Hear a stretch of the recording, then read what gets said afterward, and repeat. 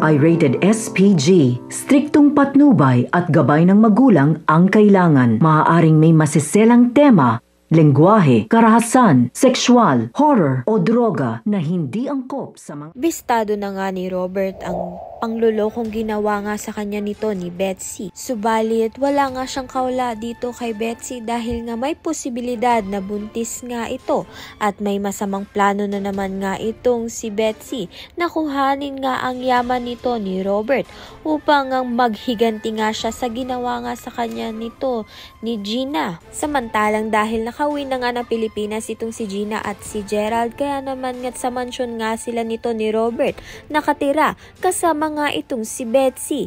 Kinausap nga ng masinsina ni Gina itong si Betsy na layuan niya na nga ang kanyang ama upang hindi na nga magkagulo. Subalit magbabait-baitan nga lang itong si Betsy upang mapaikot niya nga muli itong si Gina at hindi nga siya mapalayas sa mansyon dahil nga hindi niya na nga gusto bumalik sa kahirapan. Simula nga nang dumating itong si Betsy sa buhay nga nito ni Gina ay mas lalong gumulo ang buhay niya at nadamay pa nga ang kanyang ama na si Robert.